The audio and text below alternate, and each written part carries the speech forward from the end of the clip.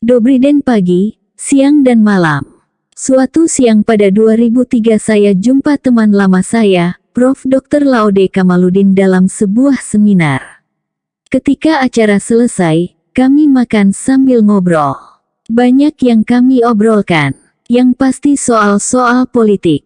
Waktu itu Laude adalah sekretaris wakil Presiden Hamzah Has. Mungkin saya kehabisan bahan lalu cerita tentang pertemuan saya dengan para pejabat tinggi Departemen Luar Negeri pada sebuah acara makan siang di Hotel Arya Duta beberapa hari sebelumnya. Ikut hadir dalam acara itu mantan Menteri Luar Negeri, Ali Alex Alatas. Saya ingat, para pejabat Deplu, sekarang Kemlu, itu mengeluhkan beberapa hal yang mereka hadapi dalam menjalankan tugas sebagai diplomat. Pada akhir pertemuan, menjelang berpisah, saya bergurau kepada kedua Direktur Jenderal Kementerian Luar Negeri. Keduanya kebetulan teman sekolah saya di Ohio, Makarim Wibisono dan Makmur Widodo. Saya kira kalian panggil saya untuk diminta jadi duta besar, ternyata yang kalian sampaikan cuma keluhan.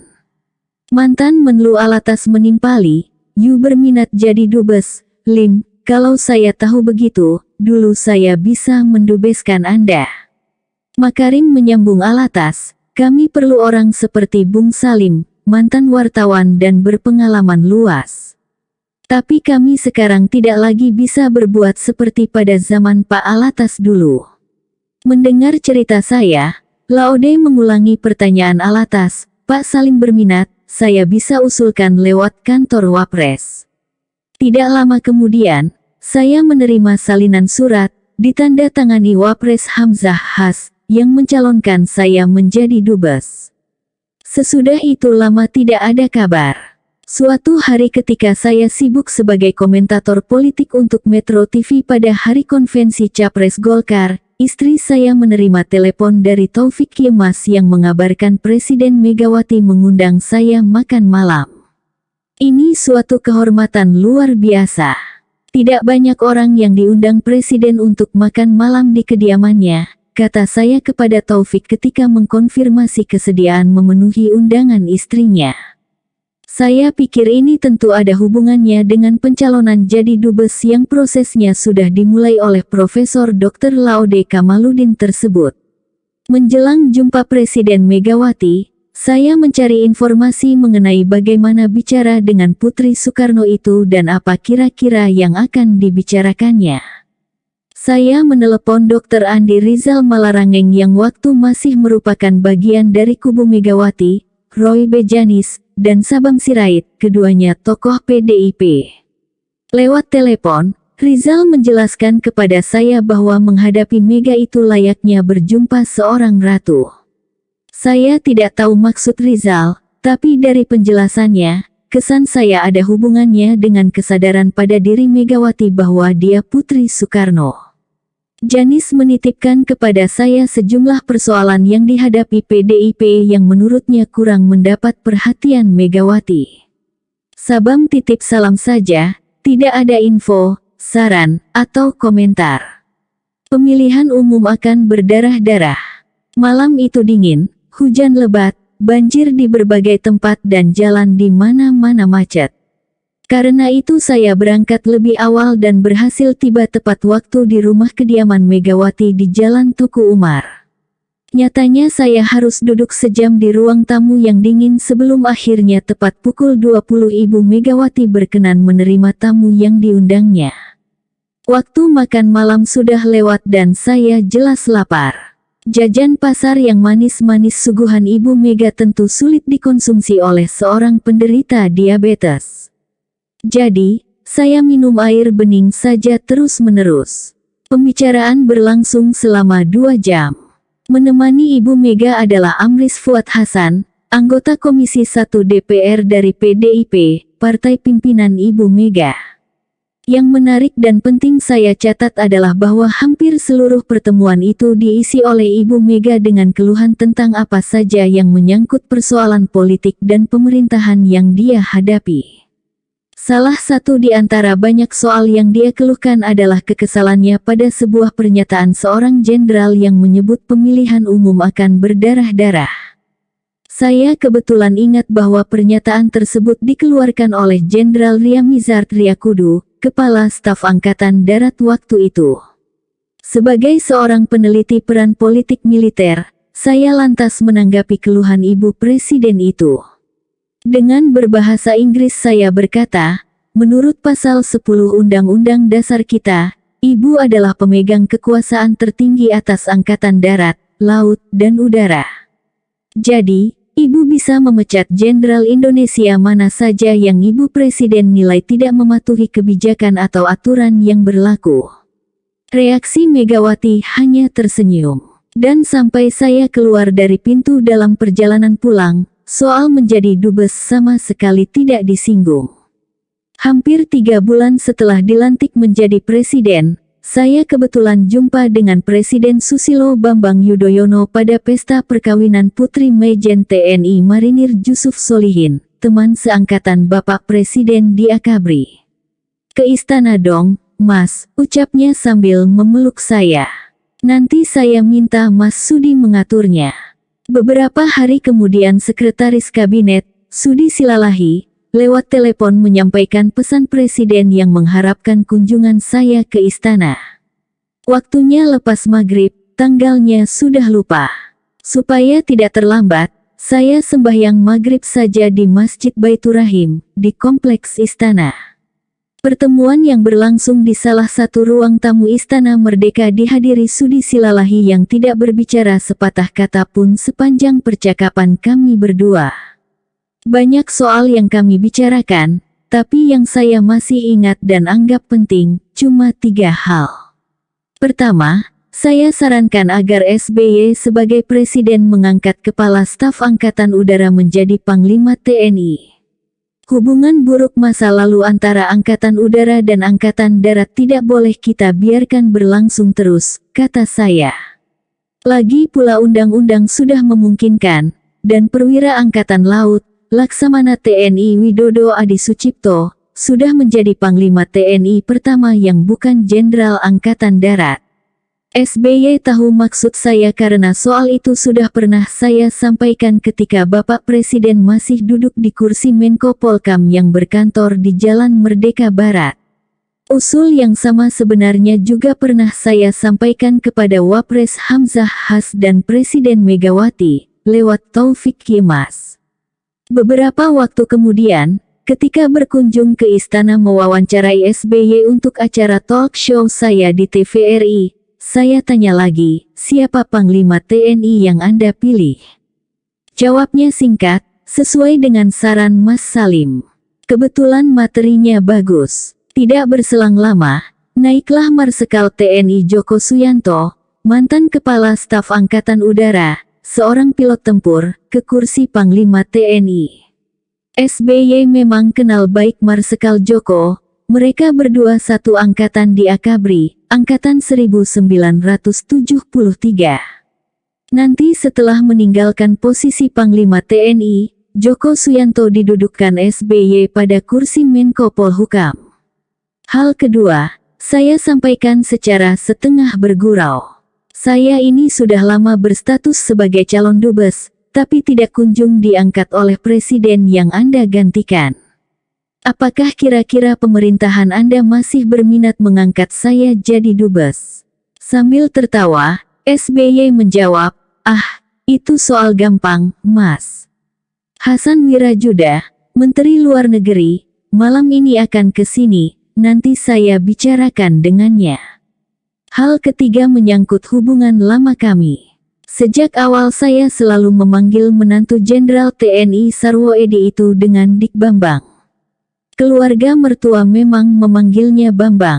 Sementara beliau menyapa saya sebagai Mas Salim. Di istana malam itu kami membuat kesepakatan, ketika berdua saja, sapaan lama tidak berubah. Tapi jika ada orang lain, saya akan menyapa beliau dengan Bapak Presiden. Beliau bebas menyapa saya dengan panggilan apa saja yang beliau suka. Tapi akhirnya di depan publik, beliau menyapa saya dengan Bung Salim. Beberapa waktu setelah pertemuan di istana tersebut, saya berada di Makassar memberi pidato pada acara Dies Natalis Visip Universitas Hasanuddin.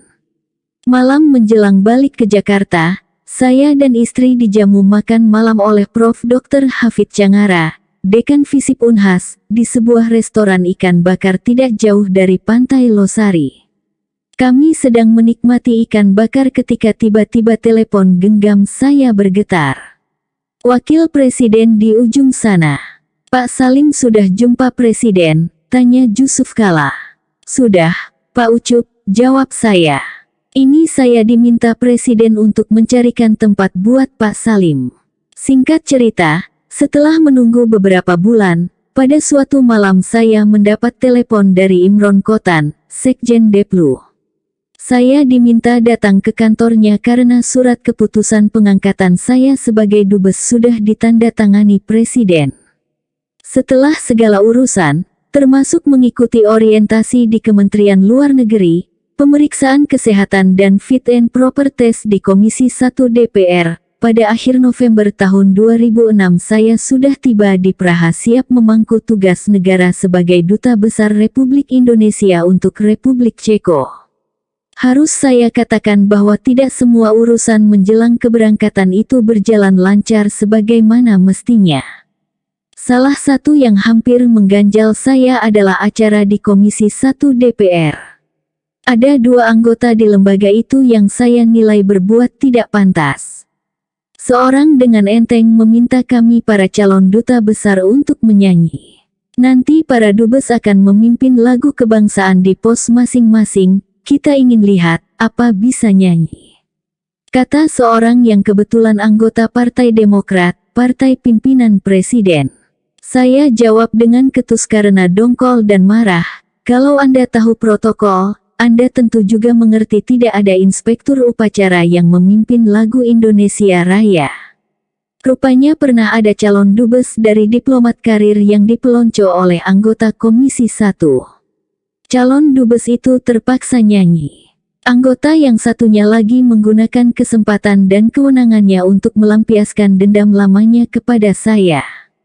Saya sangat marah dan berpikir meninggalkan ruangan. Theo Sambuaga, Ketua Komisi 1, teman lama saya, yang memimpin rapat itu tampaknya menangkap suasana hati saya. "Apakah Bung Salim sakit? Kok wajah Anda terlihat berubah?" Jawab saya dengan sinis, "Saya tidak sakit, cuma takut kepada Komisi 1. Cerita ketegangan itu tampaknya menyebar cepat di dalam gedung DPR MPR, dan teman-teman saya anggota Komisi 1 yang sedang berada di luar ruangan pada masuk. Salah satu yang saya ingat angkat bicara mengecam 2 anggota yang merepotkan saya itu adalah AM Fatwa.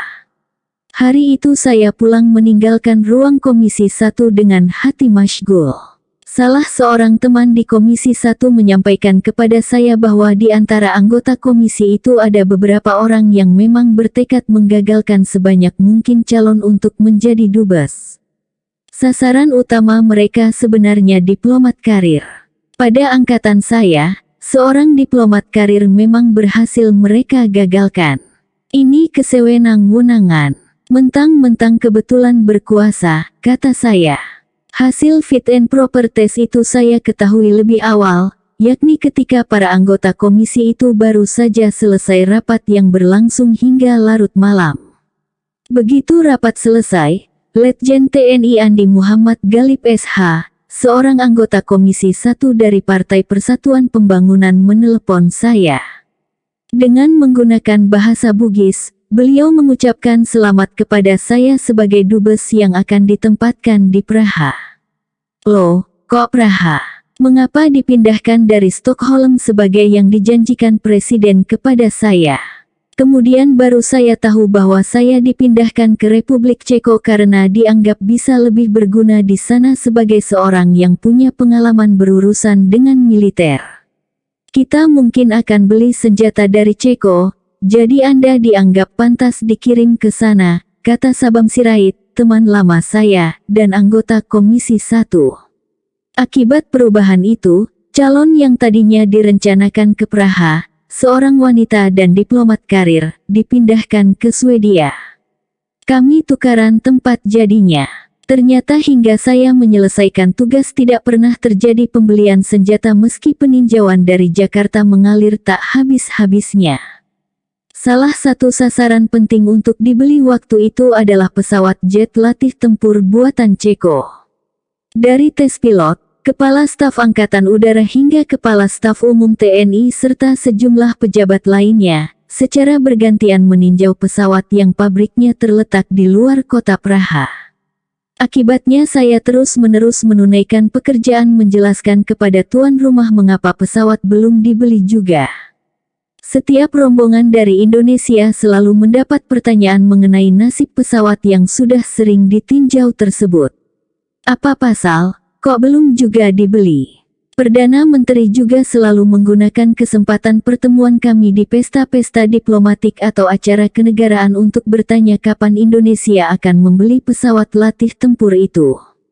Saya tidak tahu apa yang terjadi di Jakarta sehingga pesawat tidak kunjung dibeli, padahal semua pejabat angkatan yang datang ke Praha memuji dan senang pesawat tersebut. Karena senantiasa disibukkan dengan pertanyaan dari pihak Ceko, ketika ke Jakarta saya mengadu kepada Presiden. Dalam pertemuan kami di kediaman pribadi Presiden di Cikeas, setelah saya menguraikan persoalan yang saya hadapi di Praha, Presiden langsung memerintahkan ajudan menghubungkan beliau dengan Kasau Marsekal TNI Subandrio. Pimpinan Angkatan Udara tersebut, lewat telepon genggam, diperintahkan untuk tidak lagi mengirim orang ke Praha. Sejak itu saya tidak lagi sibuk meladeni para peninjau pesawat yang tak kunjung dibeli itu. Tapi sampai saya pulang, pertanyaan dari pihak Ceko tetap saja tak kunjung berhenti. Selain harus berurusan dengan Komisi 1 tersebut, sebelum berangkat, ada macam-macam kegiatan persiapan lainnya yang harus kami kerjakan. Sebagai bukan diplomat karir, salah satu kesibukan kami suami istri adalah menemui teman-teman yang punya pengalaman sebagai diplomat. Dalam mempersiapkan diri, segala macam kemungkinan kami diskusikan dengan para diplomat tersebut. Gambaran dari pengalaman mereka macam-macam. Pengalaman mereka yang pernah bertugas di Washington, London, Tokyo, dan Moskow, tentu lebih seru daripada mereka yang pernah bertugas di Budapest, Warsawa, Praha, atau Bratislava. Kesalahan kami suami istri adalah memukul rata saja segala pengalaman itu, dan mengira semua kegiatan di KBRI sama sibuknya.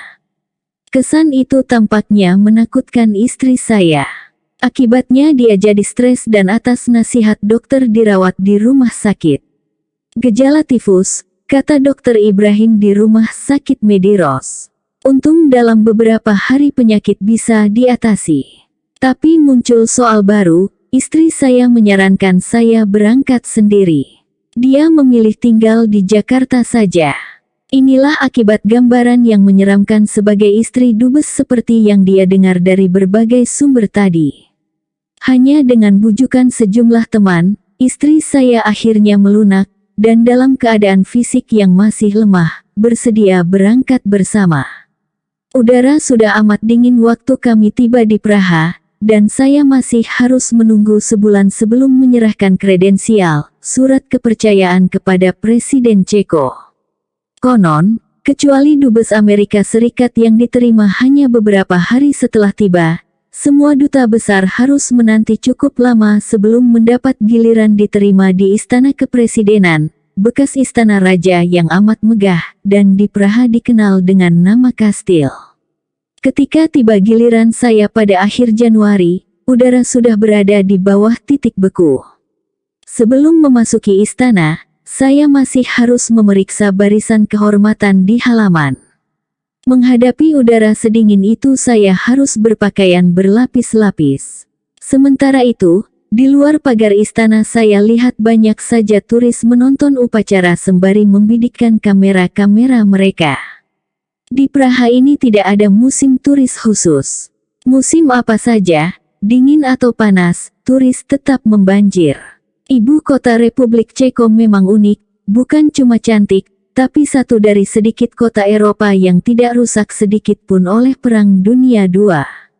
Inilah yang menyebabkan masih terpeliharanya bangunan-bangunan dari abad pertengahan yang terletak di pusat kota Praha. Berlin, Dresden, dan Warsawa nyaris hancur total oleh gempuran tentara merah Uni Soviet yang menyerbu dari timur, sementara sekutu datang dari barat.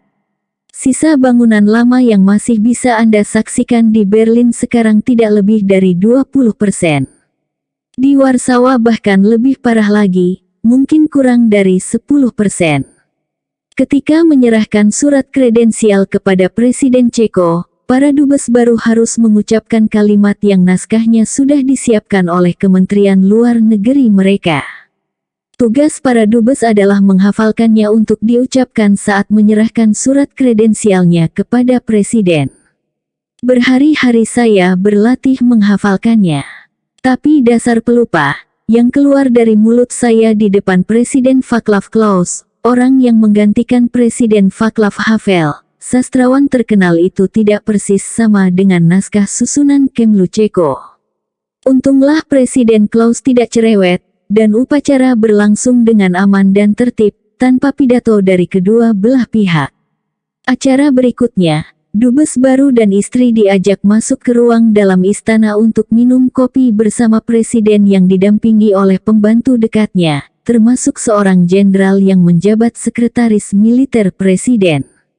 Pada saat menjadi tamu di ruang presiden inilah terjadinya pengalaman kecil pertama yang menarik perhatian saya di tempat bertugas itu.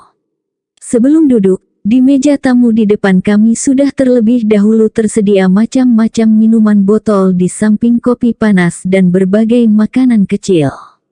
Pembicaraan dibuka oleh tuan rumah dengan menyinggung soal tsunami yang melanda Aceh 2 tahun sebelumnya. Belum lagi saya menyampaikan ucapan terima kasih atas bantuan dari Ceko, hal yang sudah saya rencanakan sebelumnya. Presiden Klaus sudah mendahului. Ya, kami juga ikut mengirimkan bantuan waktu itu. Langsung saja atas nama bangsa dan pemerintah Indonesia saya mengucapkan terima kasih. Nanti, sebagai dubes baru yang berkeliling memperkenalkan diri kepada para pejabat pemerintah, pimpinan legislatif, dan para dubes negara-negara sahabat yang diposkan di Praha, pernyataan bela sungkawa atas bencana tsunami yang telah berlalu itu selalu disampaikan kepada saya. Ketika kemudian terjadi gempa besar yang melanda Yogyakarta, ucapan belasungkawa banyak lagi saya terima. Betul-betul dubes negeri bencana saya ini, keluh saya kepada sejumlah teman di tanah air via email. Sampai pamit dari Presiden Klaus, kopi panas di depan kami sama sekali tidak kami sentuh. Padahal dalam udara yang amat dingin, saya bayangkan betapa nikmatnya menghirup kopi panas. Tapi, tuan rumah minum sendiri dan mencicipi kue-kue tanpa mempersilahkan kami. Aneh sekali buat saya dan istri. Pengalaman yang sama kemudian saya alami berkali-kali setiap bertamu ke para pembesar Ceko. Perlu waktu lama untuk akhirnya tahu bahwa di negeri tempat saya mewakili Indonesia itu, tidak ada kebiasaan mempersilahkan tamu mencicipi hidangan yang disajikan. Pokoknya semua hidangan yang sudah tersedia di meja, silahkan dikonsumsi tanpa harus menanti dipersilahkan. Pengetahuan yang saya peroleh setelah lama menderita kering tenggorokan itu, kemudian menjadi salah satu bahan taklimat saya kepada semua tamu resmi dari Indonesia yang akan berjumpa dengan pejabat Ceko pada tingkat mana saja. Pulang dari istana, saya lihat bendera merah putih di Wisma Duta sudah dikerek oleh Haji Sukoyo, kepala rumah tangga kami. Bapak sudah resmi jadi dubes di Ceko, kata seorang diplomat senior KBRI, sembari menjabat tangan saya. Sebelum menyerahkan kredensial, bendera merah putih di kediaman resmi dubes belum lagi boleh dikibarkan. Dan sejak upacara penyerahan kredensial, mobil dinas dubes, sebuah Mercedes yang tidak lagi baru, sudah bisa mengibarkan merah putih setiap saya mengendarainya. Karena sudah resmi bertugas, mulailah saya dan istri, hampir setiap malam, menghadiri pesta diplomatik. Mula-mula enak juga. Bayangkan, berpakaian lengkap dengan jas buatan Jerman, Austria, Prancis atau Italia, sepatu buatan Italia, Jerman, atau Swiss, mobil Mercedes dengan sopir bule. Wah, ini bagaikan dalam film-film Hollywood yang banyak saya tonton terutama ketika masih menjadi kritikus film majalah Tempo, pikir saya. Waktu diangkat menjadi dubes, bayangan saya tentang kehidupan diplomatik penuh kesibukan seperti para diplomat yang sering saya lihat di Jakarta. Saya lupa bahwa Ceko adalah negara aman, stabil, dan tidak ada soal politik dan keamanan yang serius, kadang gawat, seperti yang sering melanda Indonesia. Di Jakarta, saya dulu termasuk wartawan yang rajin memenuhi undangan pesta diplomatik atau hanya pertemuan ngobrol dengan para diplomat di restoran-restoran hotel, karena selain untuk mendapatkan informasi, juga kesempatan untuk memakai jas yang saya koleksi dari berbagai perjalanan jurnalistik di luar negeri. Pemimpin redaksi kami waktu itu tergolong orang yang enggan menghadiri pesta dan karena itu sering menugaskan saya mewakilinya pada berbagai resepsi diplomatik. Sebagai kepala des luar negeri, saya memang banyak mendapat tugas bepergian ke luar negeri. Ini suatu kesempatan yang saya pergunakan juga membeli pakaian-pakaian yang di Jakarta masih agak langka. Seperti diketahui, fenomena toko pakaian yang bertebaran di berbagai pusat perbelanjaan Jakarta sekarang ini pada tahun 70-an itu masih sesuatu yang bahkan belum terbayangkan. Singapura, Bangkok, dan Hong Kong adalah tempat belanja saya. Hal demikian dimungkinkan karena saya sering melakukan perjalanan jurnalistik di Asia Tenggara dan Asia Timur, meliput peristiwa-peristiwa politik di Malaysia, Thailand, Laos, Kamboja, Vietnam, Jepang, Korea Selatan, dan Taiwan, tempat jin buang anak. Karena sudah terasa rutin kehadiran pada berbagai pesta diplomatik, pada tahun kedua, mulailah saya membagi-bagi tugas menghadiri pesta kepada para home staff. Yang tetap harus saya hadiri adalah undangan dari kedutaan negara-negara Asia dan OKI, organisasi negara-negara Islam, atau tetangga kami di Ghetto Diplomatik Praha. Yang saya sebut Ghetto Diplomatik adalah daerah elit kota Praha, semacam Menteng di Jakarta pada masa lalu. Pada suatu musim panas, saya berdiri di teras lantai atas memandang ke rumah-rumah para dubes tetangga kami. Tiba-tiba saya sadar, saya kini berkesempatan tinggal di daerah Menteng. Mentengnya Praha, tentu saja. Teringat bagaimana saya pada akhir tahun 60-an menolak ikut membeli tanah di Cipinang Muara ketika para wartawan mendapat kesempatan membeli kapling di kawasan tersebut. Kata saya dengan sombong, saya tidak mau tinggal di tempat jin buang anak. Saya mau tinggal di Menteng. Waktu itu tanah yang kemudian jadi wilayah perumahan para wartawan itu masih area kosong tanpa akses jalan, dan menimbulkan kesan seram karena merupakan wilayah pekuburan Cina yang berusia sekitar 200 tahun. Wilayah tersebut tadinya memang milik tuan tanah Cina. Sekian puluh tahun kemudian ternyata saya terdampar juga di Cipinang Muara, karena jelas tidak mampu tinggal di Menteng. Ketika saya mulai menetap di area yang dikenal sebagai Kompleks Persatuan Wartawan Indonesia itu pada tahun 1986, keadaannya sudah amat berubah dan perkampungan wartawan itu tidak lagi tergolong wilayah pinggiran. Tuhan sangat baik kepada saya, selain memberi rezeki untuk akhirnya punya rumah di Cipinang Muara, saya diizinkan juga mengalami tinggal 3,5 tahun di Menteng. Meski hanya Menteng Praha, lama-kelamaan saya mulai malas berpakaian lengkap. Maka saya biasakanlah memakai batik lengan panjang yang memang banyak saya bawa dari Jakarta. Pokoknya begitu udara mulai hangat, dubes Indonesia tidak lagi pakai jas. Staf kedutaan juga boleh pakai batik di kantor. Hanya kalau harus jumpa pejabat Kemlu, mereka saya sarankan sebaiknya berpakaian lengkap. Mula-mula mungkin kelihatan aneh oleh para dubes dan pejabat Kemlu Ceko, tapi lama-kelamaan batik saya justru sering menjadi topik pembicaraan mereka. Mungkin karena memang tidak banyak topik yang menarik dibicarakan. Komentar terbuka pertama datang dari Dubes Malaysia. Batik Pak Dubes cantik-cantik, kata Datuk Zainal Abidin, yang kediaman resminya juga berada dalam ghetto diplomatik, tidak jauh dari kediaman kami. Sesekali kemudian Dubes Malaysia juga tampil dengan batik. Batik Malaysia, tentu saja. Beberapa hal menarik yang saya catat dari pengalaman bertugas di Praha. Pertama, persentase dubes perempuan cukup tinggi. Waktu saya di Praha, negara Filipina, Inggris, Mesir, Cina, Suriah, Latvia, Swedia, Belgia, Brasil, dan ada beberapa lainnya yang saya tak ingat lagi, semua diwakili oleh seorang perempuan. Mestinya KBRI juga dipimpin oleh seorang perempuan, tapi atas saran Komisi 1 DPR, calon untuk Praha, seorang perempuan dikirim ke Swedia, dan saya yang tadinya calon untuk Swedia dialihkan ke Praha.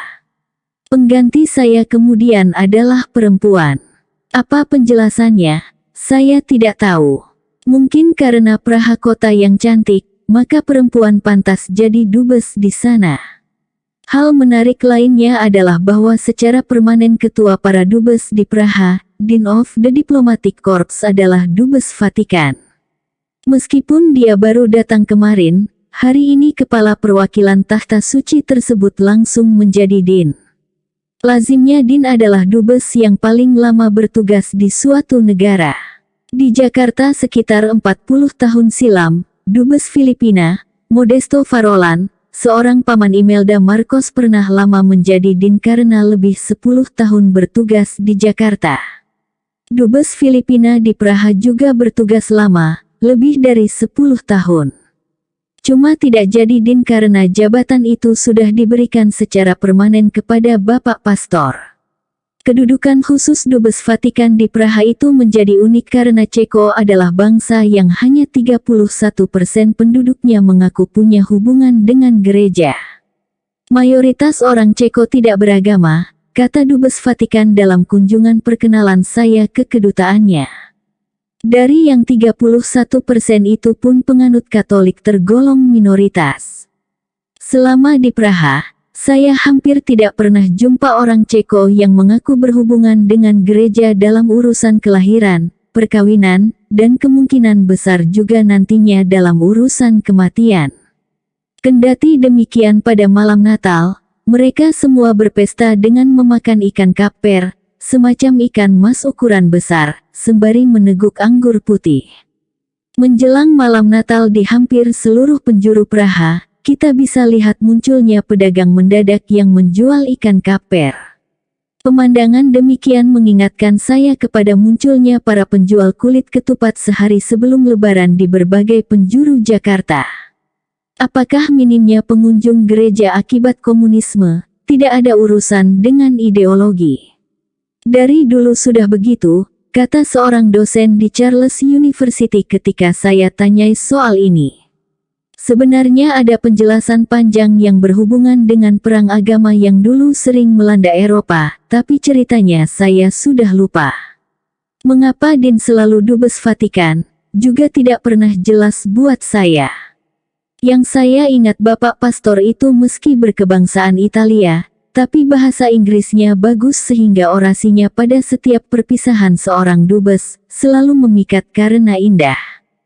Menurut ceritanya kepada saya, dia memang diplomat karir Vatikan dan telah ditempatkan di berbagai negara. Pernah lama ditempatkan di Damaskus, Suriah. Saya pernah lihat Dubes Vatikan itu bercakap dalam bahasa Arab dengan Dubes Suriah. Selama di Praha, kami para diplomat pada umumnya tidak membaca koran Ceko. Bahasanya tidak kami mengerti. Memang ada koran berbahasa Inggris yang terbit sepekan sekali, The Praha Post. Tapi isinya kebanyakan hiburan dan iklan yang lebih ditujukan kepada orang-orang asing. Berita-berita Ceko harus kami peroleh dengan cara berlangganan edisi Inggris Buletin Kantor Berita Resmi, CTK, yang beritanya pendek-pendek. Televisi Ceko juga tidak mungkin kami tonton. Juga karena soal bahasa. Kami umumnya menonton televisi lewat satelit dengan cara berlangganan dari London. Salurannya hampir 1000, tapi kami terutama hanya menonton BBC, Al Jazeera, CNN, dan kadang-kadang Discovery serta film-film pilihan. Sesekali saya menonton saluran milik Ahmadiyah yang dipancarkan dari London. Beberapa kali saluran itu menyiarkan dakwah Ahmadiyah Indonesia dalam bahasa Indonesia yang tentu saja direkam di Indonesia sebelumnya. Soal bahasa ini juga menyempitkan pilihan kita untuk mendapatkan hiburan. Film-film asing pada umumnya didub dalam bahasa Ceko. Ada 1-2 bioskop yang memutar versi asli film-film impor berbahasa Inggris, tapi tidak tiap hari film itu dipertunjukkan. Di Praha juga ada Kine Club yang mempertunjukkan film-film klasik. Tapi karena teks terjemahannya berbahasa Ceko, sulit juga buat kita. Maka hiburan tetap saya adalah menonton konser, balet, dan opera.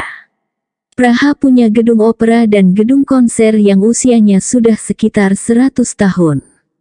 Hampir semua yang dipertunjukkan di gedung-gedung itu saya tonton. Sebenarnya kota Praha mempunyai 27 gedung pertunjukan, tapi faktor bahasa juga yang jadi hambatan.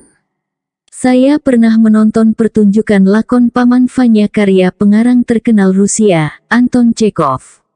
Lakon yang sama saya tonton di Amsterdam hampir 40 tahun sebelumnya.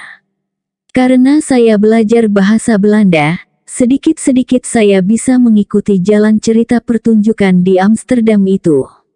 Yang di Praha, saya sama sekali buta dan memutuskan meninggalkan gedung teater sebelum pertunjukan selesai. Tiket untuk menonton opera memang tidak murah, tapi buat seorang duta besar tidak terlalu jadi soal. Opera di Praha merupakan salah satu objek turis budaya yang menarik penonton dari negara-negara sekitarnya. Itu mudah diketahui dari mendengarkan percakapan para penonton di ruang minum ketika jeda pertunjukan. Pada saat turun minum, seperti itu saya mendengar berbagai bahasa Eropa, dan hanya sedikit bahasa Ceko. Untuk kebanyakan orang Ceko, harga karcis opera tergolong mahal, kata Martin Modrich, sopir dubes yang selalu rajin mengantar saya menonton opera maupun konser. Karena kesulitan bahasa itulah pula maka setiap jumpa pejabat, termasuk dengan Perdana Menteri, kami terpaksa menggunakan penerjemah. Kecuali dengan anak-anak muda, orang-orang Ceko umumnya tidak bisa diajak berbahasa Inggris. Selain sejumlah kecil politisi, sebagian besar pejabat masih orang lama yang dulu wajib belajar bahasa Rusia. Sebagai bagian dari basa-basi diplomatik, pada setiap pertemuan saya selalu memulai sambutan atau perkenalan dengan menyampaikan permintaan maaf karena belum bisa berbahasa Ceko. Suatu kali saya menjamu salah seorang wakil Perdana Menteri yang segera akan berangkat ke Bali menghadiri konferensi soal lingkungan. Seperti biasa saya memulai pertemuan dengan permintaan maaf soal bahasa tersebut. Anda tidak perlu belajar bahasa Ceko, jawabnya serius. Bahasa ini sukar, dan dipakai hanya di dalam negeri kami oleh manusia yang jumlahnya hanya sekitar 11 juta jiwa, sambungnya dalam bahasa Inggris dengan aksen Amerika. Sopir kami, yang sedikit-sedikit masih bisa berbahasa Rusia, menyebut bahasa Ceko lebih sulit daripada bahasa Rusia. Lepas mana yang lebih sulit, di kuping saya bahasa Rusia jauh lebih enak kedengarannya. Karena kesulitan bahasa tersebut, dan demi basa-basi diplomatik, kata dari bahasa Ceko yang tak terhindarkan saya kuasai hanya Dobrý den. Setiap pertemuan atau pidato di depan masyarakat Ceko, saya selalu memulai dengan Dobrý den. Selain paling mudah diingat dan diucapkan, kata itu juga berarti selamat apa saja. Selamat pagi, selamat siang, selamat sore, selamat malam. Pokoknya semua Dobrý den. Kecuali para dubes yang pernah sekolah di Ceko, semua kami para dubes bisanya hanya Dobrý den. Masih soal bahasa.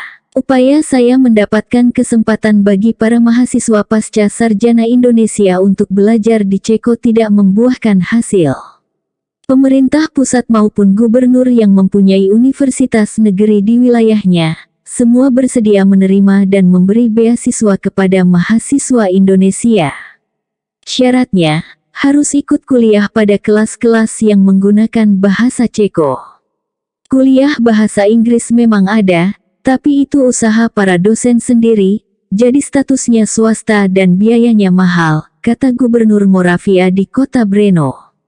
Dulu ketika banyak mahasiswa Indonesia belajar di Ceko, mereka tiba di negeri itu selepas sekolah menengah atas.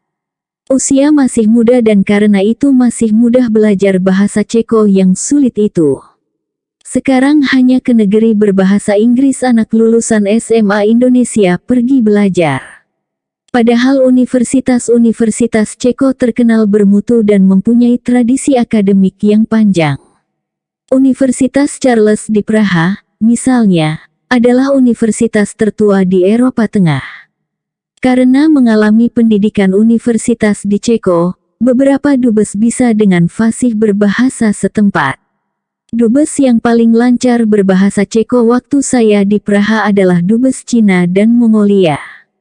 Dubes dari Beijing tersebut adalah seorang perempuan yang tinggi besar, amat ramah, tapi namanya tidak pernah saya ingat. Kami semua teman-temannya hanya memanggilnya sebagai Madam Ambasador.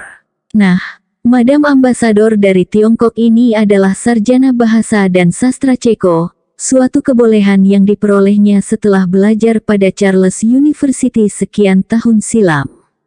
Yang lucu kalau ada pertemuan dengan pejabat tinggi Ceko, Madam Ambasador ini berbahasa Ceko yang disambut juga dalam bahasa Ceko oleh sang pejabat, tanpa terjemahan. Kami para dubes lainnya tentu saja hanya bisa melongo. Dubes Indonesia beberapa tahun sebelum saya, Leonard Tobing, juga lulusan perguruan tinggi di Praha. Pak Dubes ini sarjana ekonomi yang konon pernah sekelas dengan Presiden Václav Klaus, yang juga seorang ahli ekonomi.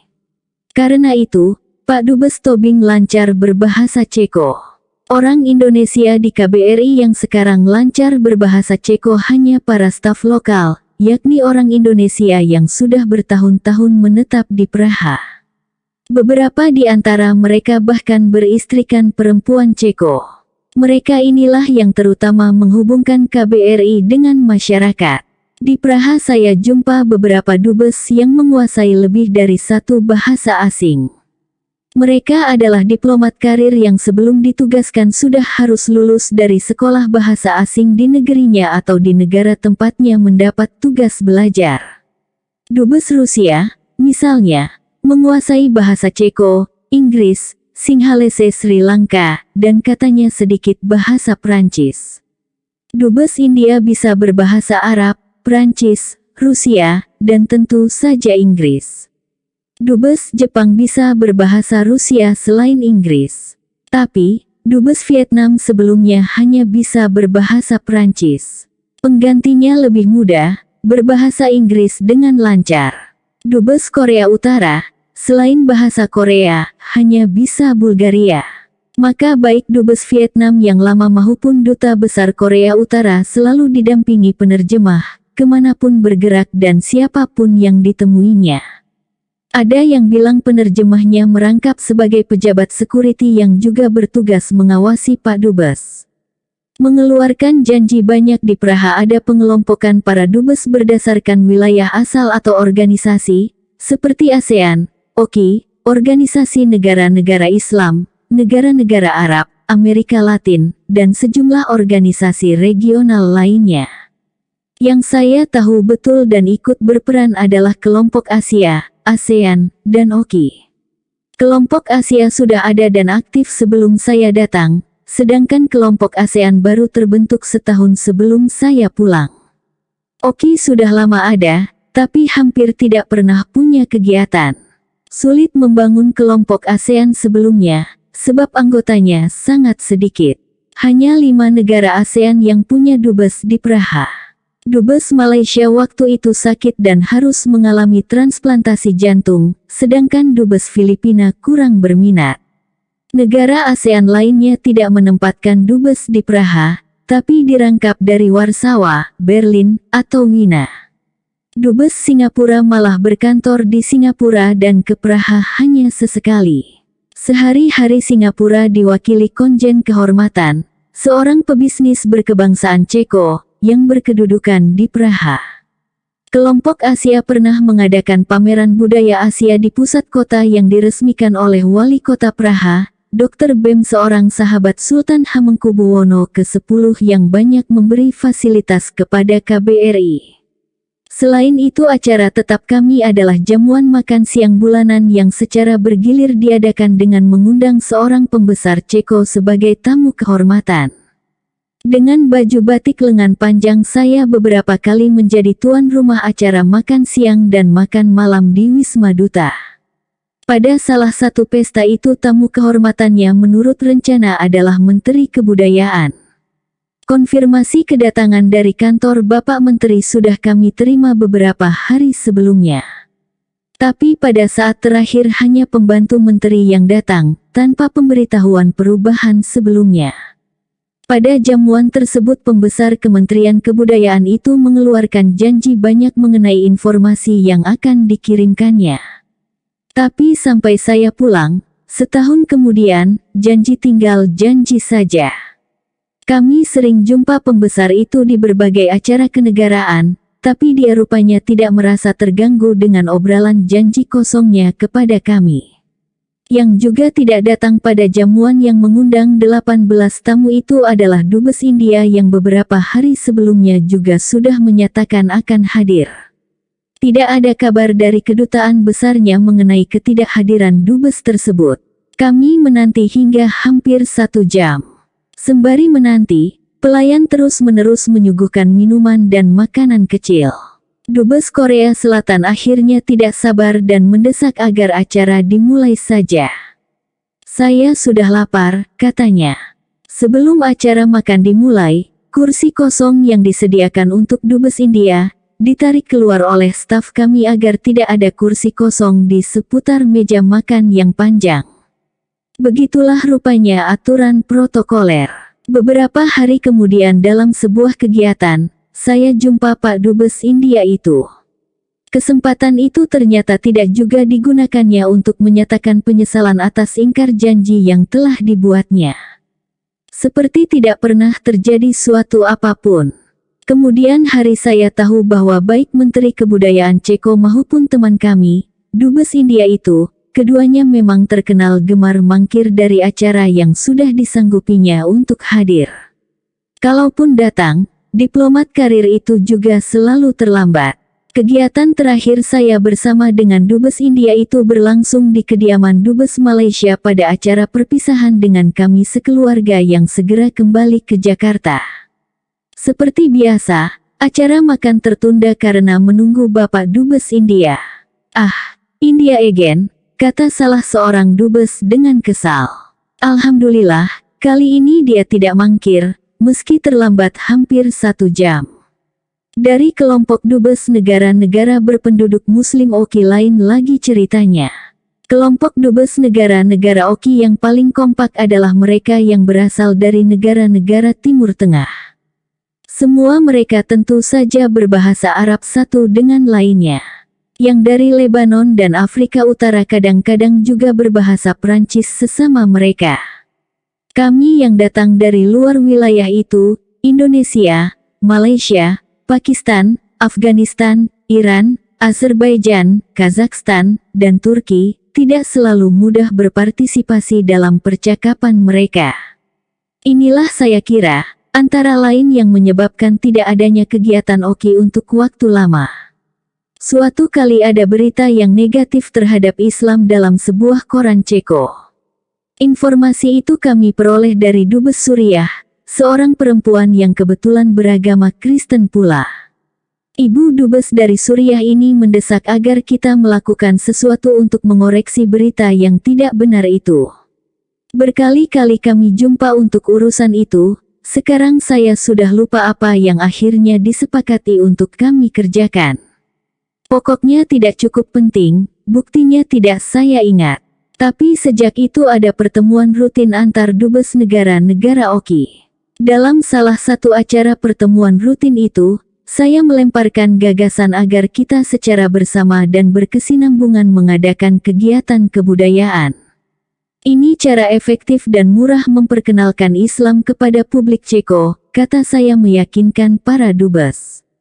Sebagai mantan kritikus film dan mantan ketua bidang internasional Festival Film Indonesia yang banyak menghadiri festival di berbagai penjuru dunia, saya usulkan agar kita mulai dengan festival film saja. Biayanya murah dan gampang. KBRI sudah melakukannya dengan sukses 2 tahun terakhir ini, kata saya. Tidak ada yang menolak, tapi sampai saya meninggalkan Praha, tidak ada festival. Meski Indonesia dan Azerbaijan telah menyediakan film. Memang aneh, sebab Iran, Turki, Mesir, Tunisia, Lebanon, Maroko, dan Suriah tergolong negara-negara yang memproduksi film-film bagus dan banyak berpartisipasi dalam festival-festival internasional. Di Indonesia, Cekoslowakia sangat terkenal sejak lama. Kendati demikian sampai sekarang masih banyak orang Indonesia yang belum tahu bahwa Cekoslowakia sudah bubar. Dan di atas bekas negara itu kini berdiri 2 negara, Ceko dan Slowakia. Perpisahan berlangsung dengan damai, dan hingga kini hubungan keduanya baik-baik saja. Tidak banyak negara di dunia yang berpisah secara damai seperti itu. Kendati pemisahan tersebut, saya toh masih sering menerima surat dari tanah air yang menyebut saya dubes Indonesia untuk Cekoslowakia. Keterkenalan Cekoslowakia di Indonesia itu adalah informasi tetap yang selalu saya kemukakan setiap memperkenalkan diri sebagai dubes baru di Ceko. Mobil yang dipergunakan oleh Menteri Luar Negeri pertama Indonesia, Ahmad Subarjo, adalah sedan Skoda buatan Cekoslowakia. Mesin-mesin pabrik gula yang didirikan di Jawa pada awal ke-20 juga bermerek Skoda. Sepeda motor yang dulu pernah terkenal di Indonesia yang bermerek Java, juga buatan Cekoslowakia. Pada zaman Orde Lama, senjata yang dipakai RPKAD, AK-47 dan beberapa pesawat tempur MiG, selain yang buatan Uni Soviet, juga banyak yang buatan Cekoslowakia. Pada masa pemerintahan Soekarno, banyak perwira Indonesia yang dilatih di Cekoslowakia. Beberapa artis film Indonesia adalah juga peranakan Cekoslowakia. Ayah mereka orang Indonesia yang pernah sekolah di Ceko, sedangkan ibu mereka adalah putri-putri Ceko. Mereka terkesima mendengar cerita saya. Bicara tentang teknologi dan Ceko, atau Cekoslowakia pada masa Perang Dunia II, ternyata banyak senjata canggih Jerman pada masa perang merupakan buatan Cekoslowakia. Jerman memang menduduki Cekoslowakia waktu itu. Pada masa berkuasanya Kerajaan Austro-Hongaria dulu, Cekoslowakia yang merupakan bagian dari kerajaan besar tersebut memang merupakan wilayah yang paling maju perkembangan teknologinya. Pada masa lalu, Indonesia mereka kenal karena popularitas Soekarno. Presiden pertama kita itu pernah berkunjung ke Praha dan mendapat gelar doktor dari Charles University. Tapi apakah sekarang Indonesia dikenal di Ceko? Ternyata tidak, kecuali ketika terjadi tsunami. Akibat pergantian generasi dan perubahan politik setelah runtuhnya komunisme, perhatian orang-orang Ceko sekarang terutama tertuju ke Amerika, Eropa Barat serta negara-negara yang menjadi konsumen produksi teknologi mereka masa kini. Terhadap Amerika, mereka sangat fanatik. Ceko berusaha keras, dan kabarnya kemudian berhasil mendapatkan keistimewaan untuk masuk ke Amerika tanpa visa. Seorang dubes dari sebuah negara Timur Tengah yang seperti Indonesia, negaranya dulu juga amat dekat dengan Cekoslowakia, dengan agak dongkol menyebut Ceko sekarang lebih berbahagia menjadi antek Amerika ketimbang menjadi anggota Uni Eropa. Presiden Klaus memang dikenal di Eropa sebagai euroskeptik, orang yang tidak optimis pada hari depan Uni Eropa. Dan karena itu sangat rewel sehingga mendongkolkan banyak anggota Uni Eropa. Yang kebanyakan orang Ceko tahu tentang Indonesia, dan itu bisa Anda duga, Pulau Bali. Komodo yang berasal dari Indonesia di kebun binatang Praha juga terkenal. Secara bergurau saya suka mengatakan, di Praha ini komodo lebih dikenal tinimbang Pak Dubes. Nah, tentang Bali, berulang lagilah pengalaman saya ketika masih sekolah di Amerika dulu. Untuk menjelaskan di mana Indonesia, kita menunjuk Bali, lalu mengatakan Bali itu adalah salah satu dari ribuan pulau yang membentuk Indonesia secara geografis. Menyadari kenyataan itulah, maka saya mengarahkan staf KBRI Praha untuk secara teratur mengadakan promosi budaya Indonesia sebagai cara memperkenalkan negeri kita di Ceko. Ikut menyertai kegiatan budaya dan seni tersebut adalah promosi wisata. Sayang sambutan Jakarta kepada usaha kami kurang memuaskan. Salah seorang kolega sesama Dubes Indonesia di Eropa suatu kali jumpa Jero Wacik, Menteri Kebudayaan waktu itu. Berapa turis yang Anda bisa datangkan kalau saya kirimkan misi kesenian ke tempat bertugas Anda? Wah, kalau cara berpikir dan kebijakan Pak Menteri begitu, sulit kita di sini, kata saya kepada Dubes yang jumpa Jero Wacik itu. Saya sendiri jumpa Jero Wacik sebelum berangkat ke Praha. Ditugaskan oleh para teman-teman Dubes untuk Eropa Tengah dan Timur, saya melobi Pak Menteri membantu tugas kami di tempat akreditasi masing-masing. Pak Wacik bersemangat dan berjanji mendukung agenda kegiatan kami. Tapi, kemudian terbukti janji beliau terlupakan begitu saja.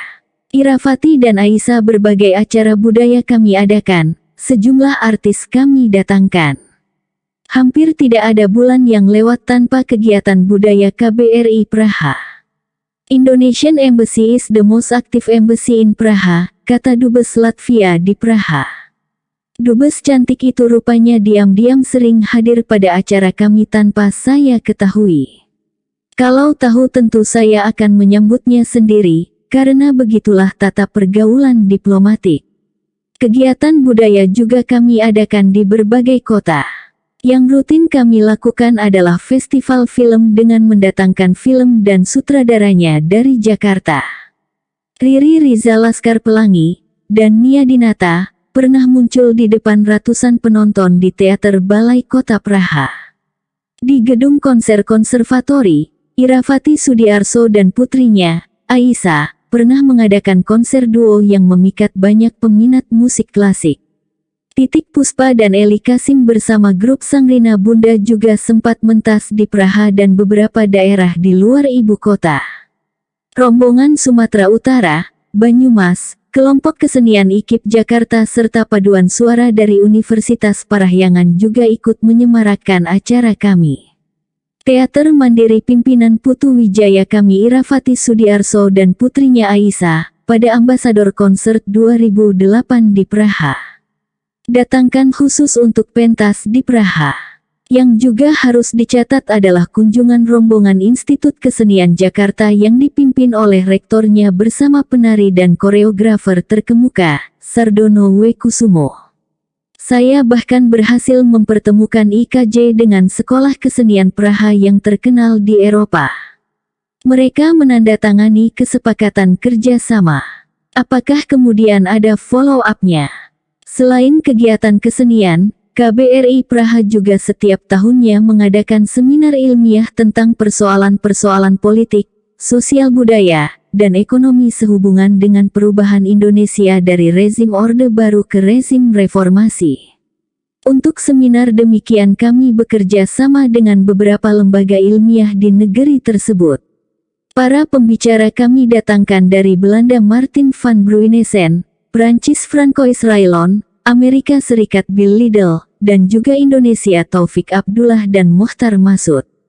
Mereka semuanya adalah ahli Indonesia terkemuka. Dari pihak Ceko tidak mudah kami menemukan pembicara sebab pusat studi Asia Tenggara di Charles University sudah lama ditutup. Maka kami datangkanlah dari Michigan, Prof. Dr. Rudolf Mrazek, warga Ceko yang sudah lama mukim dan mengajar di Amerika Serikat. Mrazek adalah ahli sejarah yang menulis mengenai Tan Malaka dan Sultan Syahrir. Dengan publikasi yang intensif, semua acara kami mendapatkan pengunjung yang banyak. Pejabat yang menangani agenda kebudayaan KBRI, Aziz Nur Wahyudi, berperan besar dalam berbagai kegiatan budaya tersebut. Bersama Aziz, saya juga membangun sebuah bioskop di Aula KBRI. Modal utama pembangunan bioskop adalah proyektor elektronik, layar serta alat pemutar cakra padat DVD player. Dengan film-film Indonesia pilihan, telah dibubuhi subtitle bahasa Inggris yang saya datangkan sendiri dari Jakarta. Setiap bulan ada pertunjukan film di Aula KBRI. Pertunjukan yang menarik orang-orang Indonesia dan kalangan diplomatik dan para budayawan Ceko itu selalu kita akhiri dengan santap bersama masakan Indonesia. Yang sering jadi hidangan adalah nasi soto. Mungkin inilah satu-satunya bioskop tanpa bayar yang penontonnya mendapat suguhan makanan gratis. Sebagai bukan diplomat karir, saya sadar betul bahwa saya harus berhati-hati menjalankan tugas dalam bidang yang banyak aturan tak tertulisnya tersebut. Cara terbaik untuk belajar adalah dengan bertanya kepada staf KBRI yang memang diplomat karir. Satu contoh dari pelajaran itu, dari Jakarta saya membawa mantel kulit buatan Italia yang baru.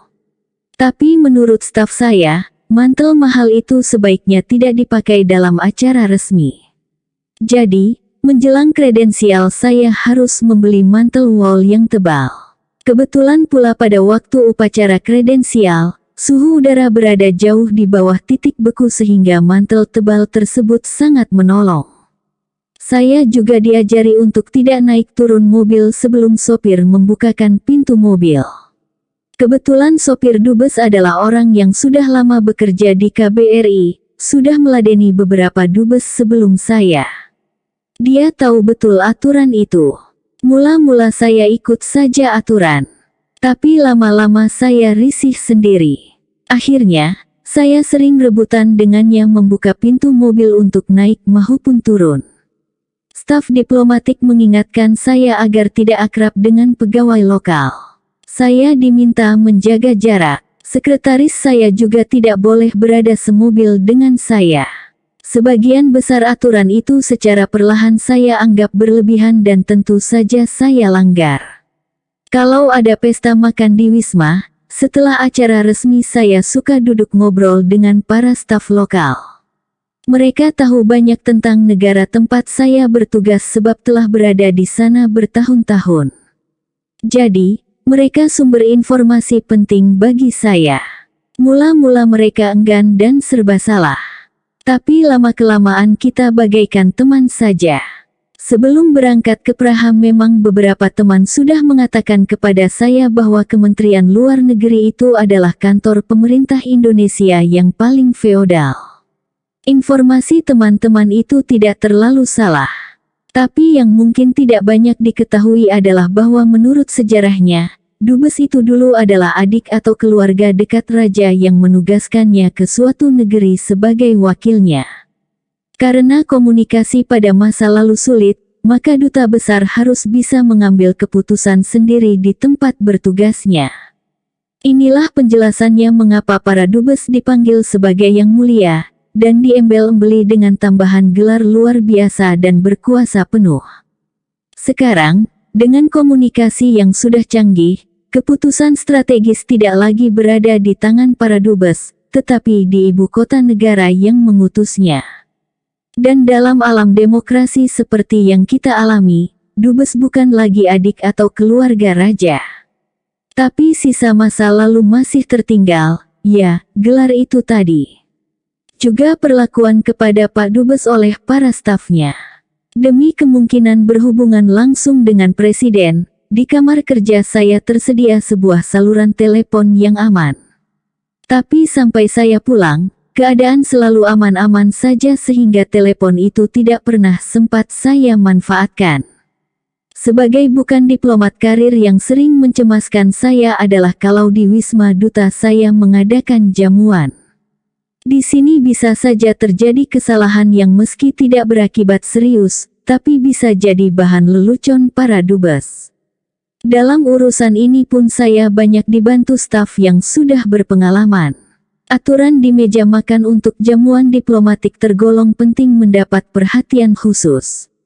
Untuk itu sebelum berangkat, istri dan kepala rumah tangga saya harus ikut kursus singkat di Pusat Pendidikan Kementerian Luar Negeri. Sebagai wartawan yang sudah sering menghadiri jamuan diplomatik di Jakarta, saya pikir ini soal kecil. Lagi pula pekerjaan mengatur tempat duduk dan penataan hidangan, itu sudah merupakan tugas staf. Yang menjadi tugas dubes adalah bagaimana mengarahkan acara di meja makan. Ternyata pekerjaan ini tidak semudah yang saya bayangkan. Suatu kali saya mempersilakan para tamu mencicipi makanan tanpa mendahuluinya dengan bersulang. Padahal di depan para tamu seloki sudah diisi dengan brem Bali yang khusus saya datangkan dari Denpasar. Seorang tamu, dengan wajah bertanya, menunjuk seloki di depannya. Menyadari kekeliruan, saya menyambar seloki sambil mengucapkan, untuk kesehatan kita bersama dan persahabatan Indonesia dengan negeri Anda masing-masing. Sembari memulai mencicipi hidangan nasi kuning lengkap, saya sempatkan minta maaf atas keteledoran tersebut. Maafkan saya, tapi inilah yang Anda lihat jika mantan Ketua Dewan Kesenian menjadi dubes, kata saya bergurau. Jangan cemas, saya juga bukan diplomat karir, bisik dubes Jepang yang duduk di samping saya.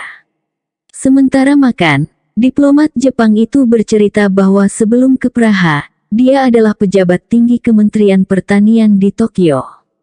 Mangga Indonesia. Kesalahan lain yang pernah saya lakukan adalah dengan tidak sengaja terlibat debat dengan seorang tamu, dubes Mesir, seorang perempuan diplomatik karir. Topik debat adalah mengenai tidak adanya pusat studi Asia Tenggara umumnya, studi Indonesia khususnya, pada universitas-universitas di Timur Tengah. Ini berbeda dengan studi Islam dan Timur Tengah yang banyak dan mudah ditemukan di berbagai universitas di Indonesia. Jadi kalau Anda ingin belajar mengenai Indonesia di Timur Tengah, Anda harus pergi ke Hebrew University di Jerusalem, kata saya. Saya tahu soal itu karena saya pernah ke Israel dan juga telah mengunjungi banyak negara Arab. Dubes Mesir membantah dengan mengatakan bahwa di Kairo ada pusat studi Asia Tenggara. Saya tahu betul Ibu Dubes tidak mengatakan yang sebenarnya.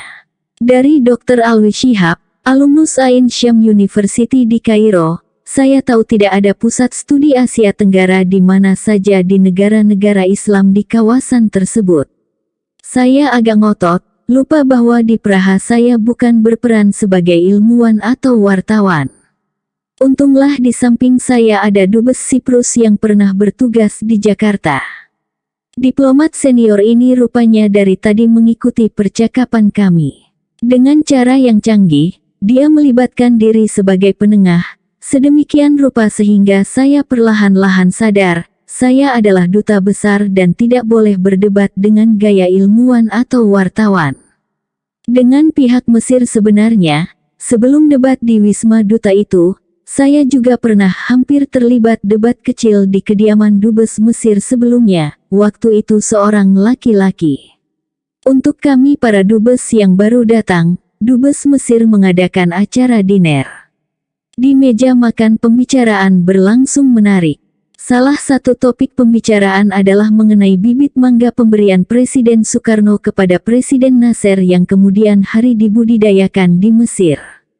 Buah mangga itu menjadi populer sebagai jus mangga di Mesir yang diekspor ke negara-negara Timur Tengah lainnya. Mangga Indonesia memang tergolong yang terbaik di dunia, kata saya.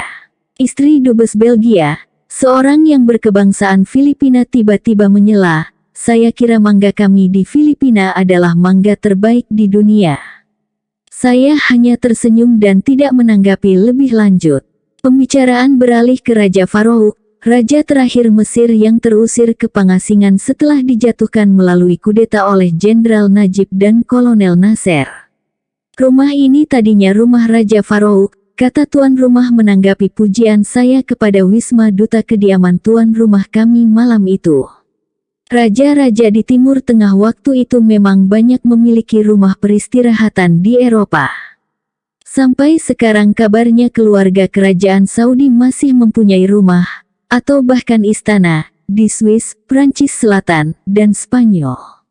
Karena bicara mengenai Farouk, saya lantas teringat cerita tentang usahanya agar diakui sebagai keturunan Nabi Muhammad. Raja-raja di negara Islam pada umumnya memang mendasarkan legitimasi kekuasaannya pada klaim bahwa mereka turunan Nabi Muhammad. Raja Yordania sekarang, Abdullah, adalah cicit Syarif Husain, penguasa Makkah sebelum kerajaan Arab Saudi berdiri pada awal abad ke-20. Syarif Husain dipercayai Istanbul mengelola dua kota suci Makkah dan Madinah, karena dia keturunan Nabi Muhammad.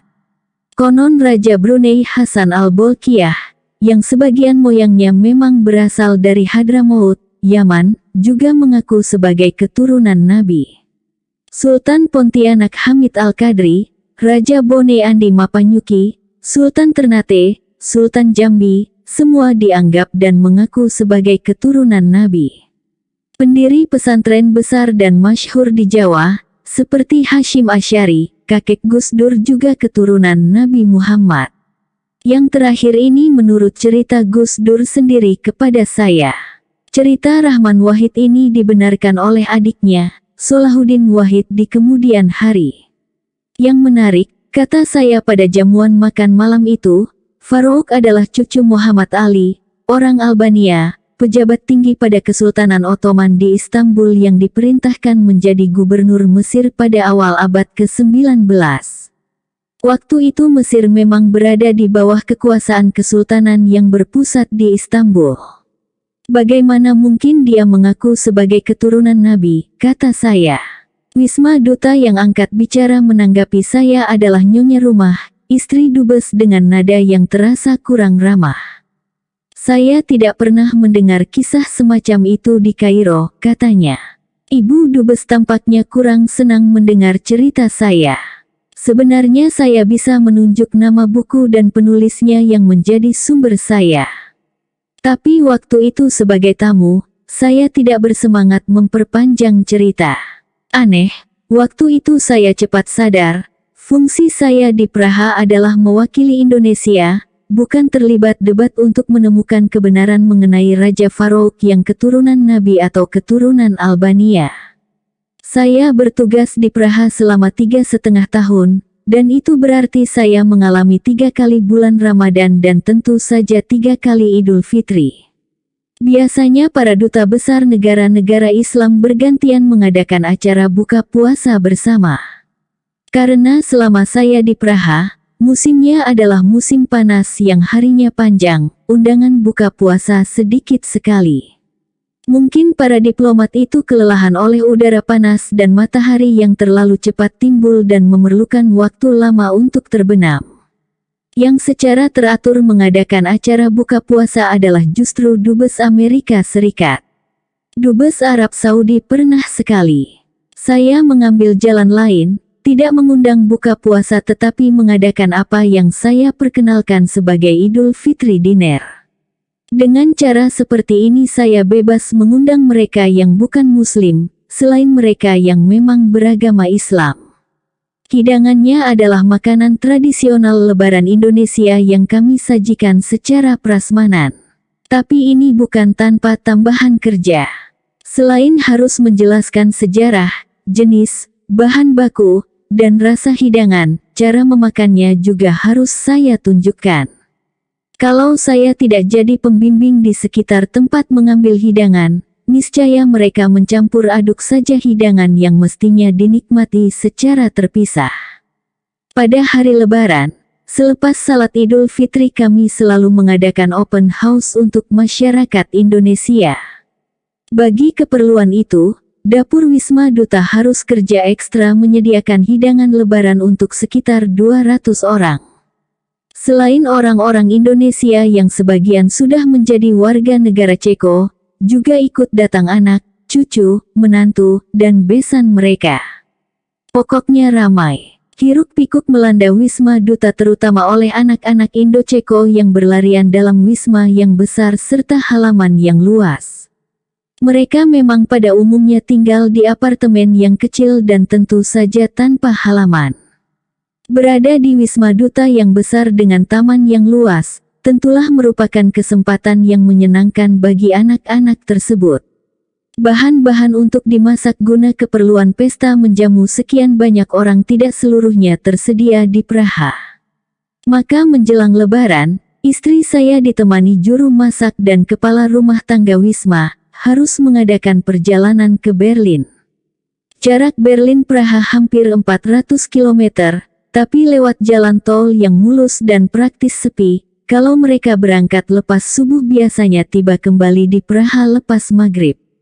Di Berlin segala kebutuhan dapur bisa diperoleh, sementara di Praha kita cuma bisa belanja di pasar Vietnam yang memang selalu menyediakan berbagai sayuran segar serta macam-macam jenis beras yang mereka datangkan dari Thailand dan Vietnam.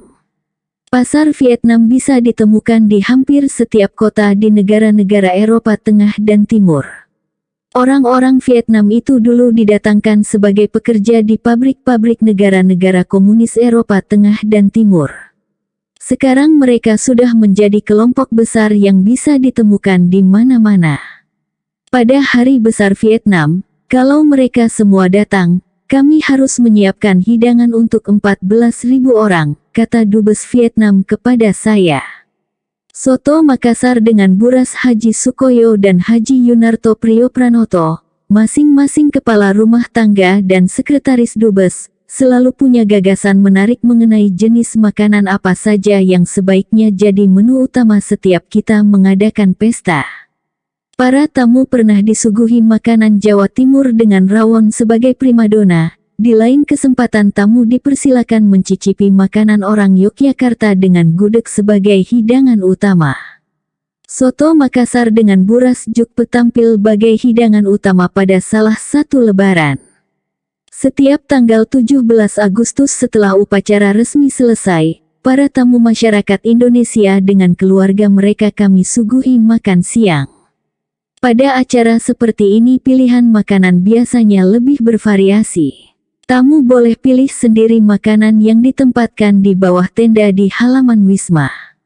Karena saya membawa sejumlah besar ikan kerapu kering hadiah dari keluarga almarhum Jenderal TNI Andi Matalata di Makassar, maka tamu pun pernah disuguhi ikan asin yang dihidangkan bersama sayur lodeh, pecel, tempe, tahu goreng dan tentu saja sambal terasi.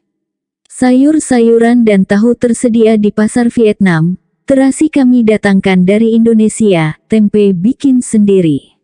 Ragi untuk bikin tempe didatangkan dari Jakarta. Hidangan seperti ini, dengan ikan asin, di Praha atau di KBRI manapun mungkin baru kali itu tersedia untuk para tamu yang datang secara massal. Unik, tapi memerlukan pekerjaan tambahan. Sebab sebagai tuan rumah, selain menyediakan hidangan untuk sekitar 200 tamu, kita juga masih harus menjelaskan terutama kepada teman-teman kami orang Ceko, jenis-jenis makanan, rasa, dan cara makannya. Lucu, tapi pengalaman yang menyenangkan. Masih bicara mengenai perayaan tanggal 17 Agustus pesta diplomatik tidak kami adakan pada tanggal yang sama. Alasannya, tanggal 17 Agustus jatuh pada musim panas, yakni musim libur. Kebanyakan pejabat tinggi Ceko dan sebagian besar duta besar mengambil cuti musim panas di luar negeri.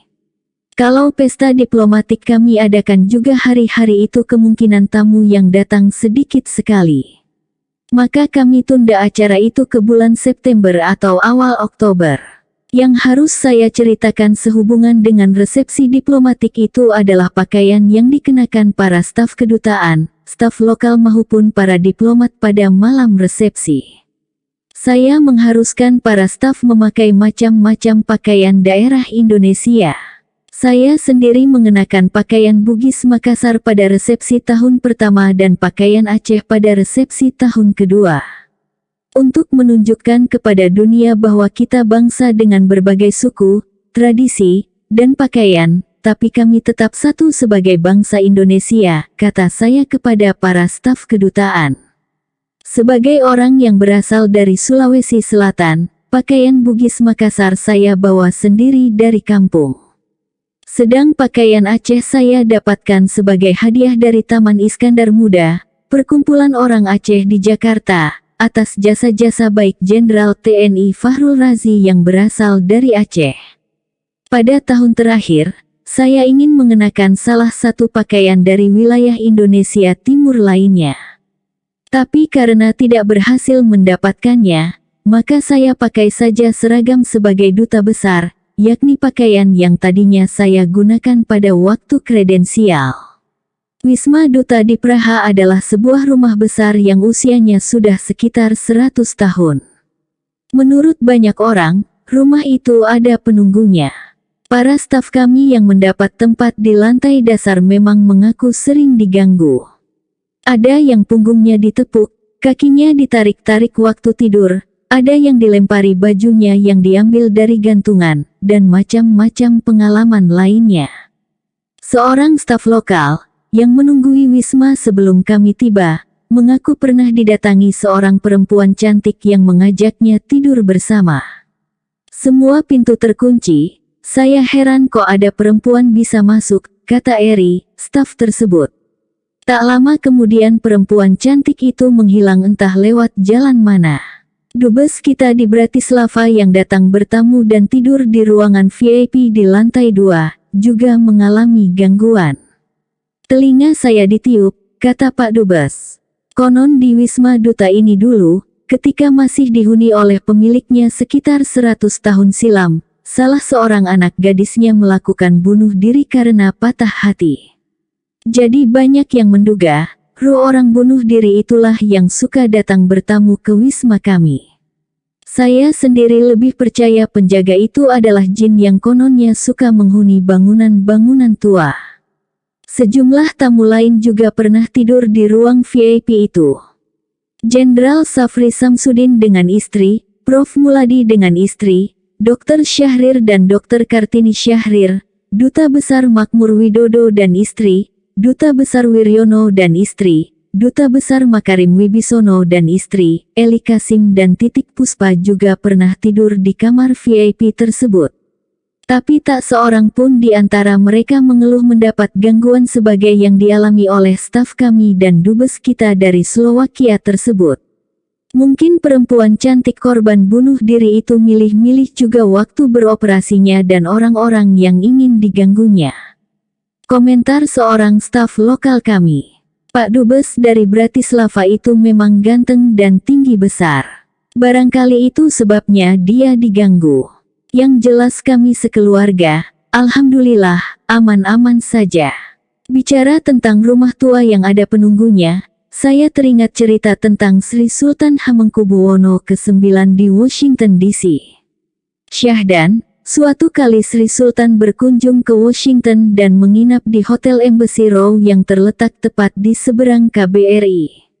Pagi harinya, ketika jumpa dubes di kantornya, Sultan bertanya, kok KBRI mengadakan pesta besar dan Sultan tidak diundang padahal hotelnya terletak persis di depan KBRI. Pesta apa? Ya, tidak ada pesta apa-apa, kata Pak Dubes dengan heran. Kemungkinan besar para penunggu rumah tua itulah yang mengadakan pesta dengan mengundang para penunggu rumah-rumah tua di sekitarnya yang memang banyak di sekitar KBRI Washington tersebut.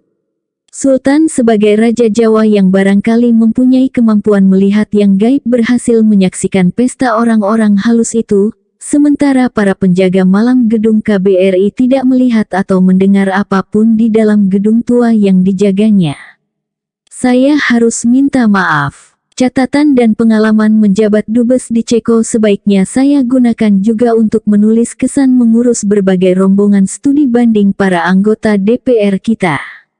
Saya harus minta maaf kepada yang terhormat para anggota DPR tersebut, terutama karena di antara mereka banyak teman lama saya. Tapi kalau boleh jujur, maka harus saya katakan bahwa saya selalu bingung melihat rentetan rombongan para wakil rakyat tersebut berkunjung ke Praha. Tidak selalu jelas apa yang mereka studi dan apa pula yang mereka bandingkan. Waktu berkunjung amat singkat dan yang mereka tanyakan pada pertemuan dalam waktu sejam, Setengah jam habis untuk terjemahan dengan tuan rumah. Pada umumnya hal-hal dasar yang informasinya sebenarnya bisa mereka dapatkan dari Kedutaan Besar Ceko di Jakarta atau KBRI di Praha. Kalau sebelum berangkat mereka mengirimkan pertanyaan kepada kami, dengan segera mereka kami layani, sehingga ketika di Praha mereka bisa lebih menggali informasi yang mereka perlukan. Dalam sebuah rapat kerja para dubes Indonesia di seluruh Eropa, soal ini saya sampaikan kepada Menteri Luar Negeri, Hasan Wirayuda. Saya usulkan agar sebelum berangkat ke satu negara, DPR meminta dulu informasi awal dari KBRI. Atas dasar informasi tersebut mereka akan lebih siap untuk melakukan studi banding. Tapi dari teman-teman di Kementerian Luar Negeri saya dapat informasi, Kementerian Luar Negeri takut dianggap mengajari DPR, suatu hal yang konon bisa berakibat tidak menyenangkan bagi pejabat Kemlu. Kemlu itu amat takut pada Komisi 1 DPR, tambah diplomat senior tersebut. Yah, terserah sajalah apa maunya. Pokoknya saya sudah bicara dan memberi saran berdasarkan pengalaman di lapangan. Masih tersisa 3 hal menarik yang rasanya perlu saya singgung sebelum mengakhiri catatan sebagai dubes ini. Pertama, mengenai upacara gaya militer yang saya hapuskan. Pada peringatan proklamasi pertama yang saya alami di Praha, saya biarkan staf merencanakan upacara. Pelaksanaan upacara berlangsung di halaman Wisma Duta. Untuk upacara bendera, panitia memerlukan latihan beberapa hari. Dari jendela kamar tidur yang terletak di lantai 2, suatu kali saya iseng menonton latihan tersebut. Ternyata upacara akan dilaksanakan dengan cara militer, lengkap dengan komandan upacara segala. Saya langsung intervensi. Ini bukan acara militer dan kita bukan tentara. Tidak perlu upacara dengan cara militer. Seorang staf mencoba menjelaskan dengan menyebut upacara yang mereka persiapkan itu sudah sesuai standar upacara di Kementerian Luar Negeri. Itu peninggalan Orde Baru yang keliru, kata saya kesal. Lagi pula tentara itu tidak suka kita meniru-niru mereka. Saya lalu teringat satu pengalaman di Lemhanas ketika seorang pejabat sipil akan melaporkan kepada Gubernur Muladi, juga sipil murni, bahwa acara siap dimulai.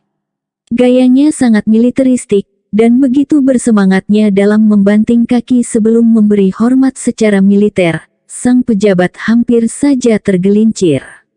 Setelah seminar selesai, saya bisiki Prof. Muladi, Lemhanas bukan lembaga militer dan karena itu tidak perlu upacara diadakan dengan menggunakan cara-cara militer.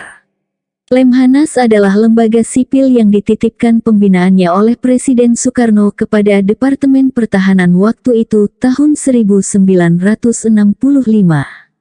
Lebih 40 tahun dikelola militer dengan perwira tinggi sebagai gubernur, orang lalu menganggap Lemhanas sebagai lembaga militer.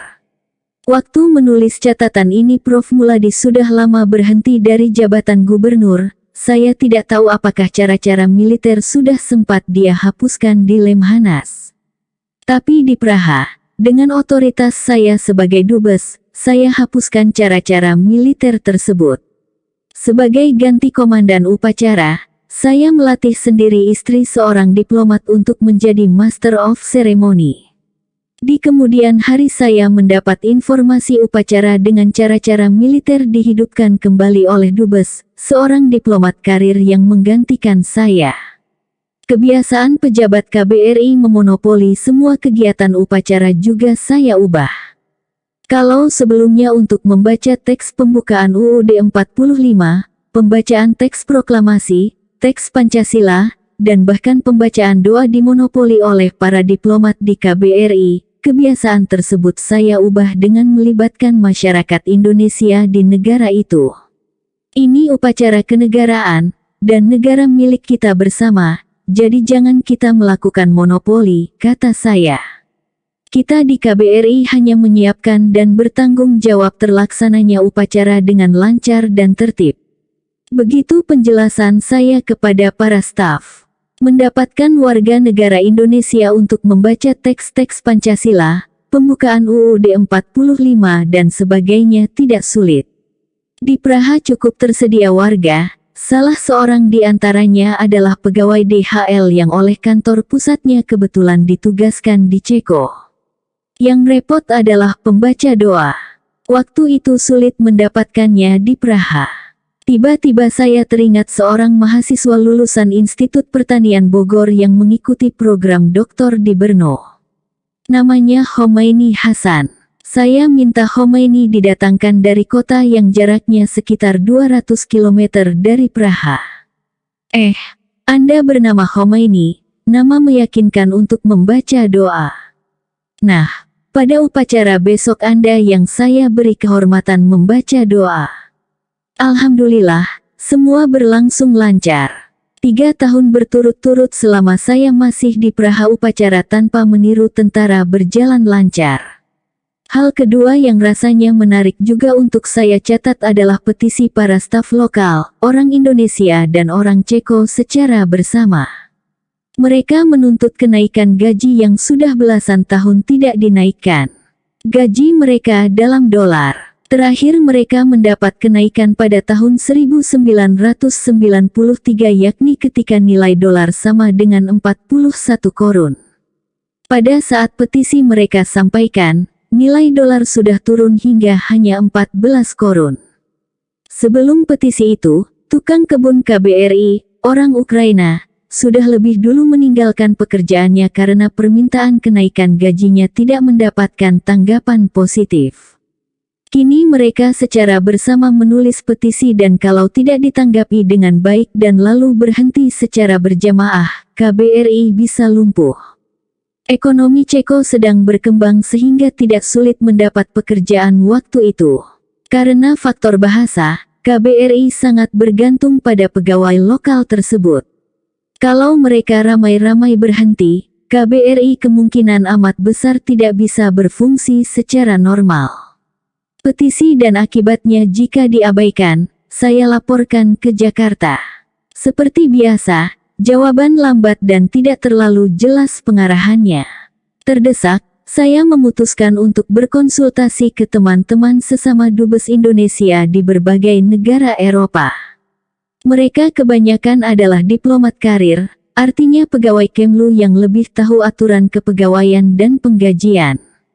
Semua menasihatkan saya berhati-hati. Kalau gaji pegawai lokal saya naikkan sebelum mendapatkan persetujuan yang jelas dan pasti dari Jakarta, saya nanti bisa diminta mengganti pengeluaran. Dalam keadaan terpepet saya minta Kepala Kanselerai mempelajari peraturan-peraturan yang ada untuk menemukan apa saja kewenangan dubes dalam soal pengeluaran dana. Bertemu atas dasar peraturan itu saya memerintahkan Kepala Kanselerai untuk menyelamatkan KBRI dari kelumpuhan dengan cara menaikkan gaji para pegawai lokal rata-rata sebesar 25%. Mereka semua, tentu saja, amat senang.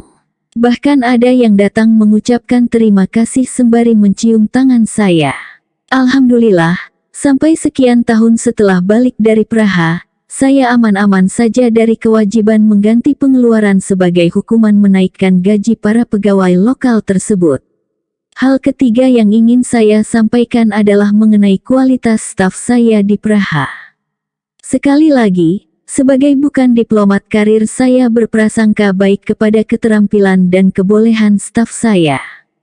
Sebelum berangkat seorang anggota DPR di Senayan bertanya mengenai bagaimana nanti sebagai dubes saya akan menjalankan tugas tanpa pengalaman birokratis dan pengalaman diplomatik.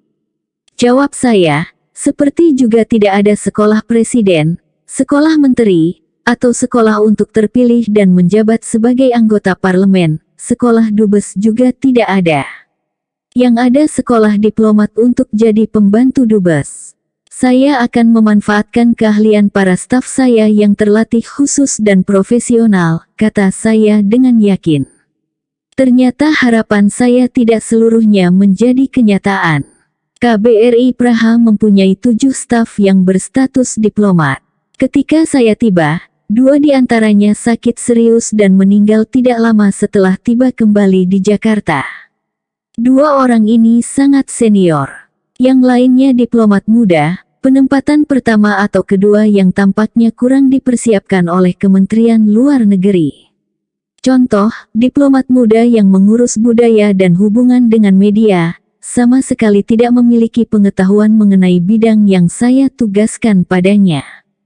Ketika saya perintahkan menyiapkan Pekan Film Indonesia, dia tidak tahu apa yang harus dikerjakannya dan siapa serta lembaga apa yang harus dihubunginya di Praha. Demikian juga halnya ketika saya perintahkan membina kontak dengan mass media. Kebetulan dubesnya mantan Ketua Dewan Kesenian Jakarta dan juga mantan wartawan selama 25 tahun. Akhirnya saya harus turun tangan sendiri menyelesaikan persoalan. Untuk tujuan mendidik diplomat muda itu saya selalu membawanya dalam pertemuan-pertemuan mengurus rencana kegiatan budaya KBRI. Anak muda itu sebenarnya cerdas, tapi Kemlu tidak mempersiapkan mereka dengan baik. Pernah ke Taman Ismail Marzuki? Pernah, Pak Dubes, jawabnya. Nonton apa di sana? Nonton film di bioskop 21. Hanya nonton di bioskop 21 jelas tidak membantunya menjalankan tugas kebudayaan di KBRI. Seandainya itu diperintahkan oleh Kemlu magang beberapa hari di Dewan Kesenian Jakarta dan Taman Ismail Marzuki untuk belajar bagaimana pusat kesenian itu mengatur kerja sama dengan berbagai kedutaan asing dan sejumlah lembaga kebudayaan di luar negeri, maka tugasnya di Praha atau di mana saja pasti tidak akan sesulit yang saya saksikan sebagai dubes. Demikian juga dalam berurusan dengan pers, diplomat-diplomat muda itu tidak pernah diarahkan mengunjungi stasiun TV yang banyak di Jakarta, dan koran serta majalah yang juga banyak bisa ditemukan di ibu kota. Seandainya Kemlu mewajibkan anak-anak muda itu, menjelang penempatan pertama, berkeliling ke berbagai objek yang kemungkinan akan berhubungan dengan tugasnya sebagai pembantu duta besar, maka tugas dubes, terutama mereka yang bukan karir diplomat, tentu akan lebih ringan. Sekali lagi harus saya katakan, saya beruntung berpengalaman sebagai wartawan selama 25 tahun.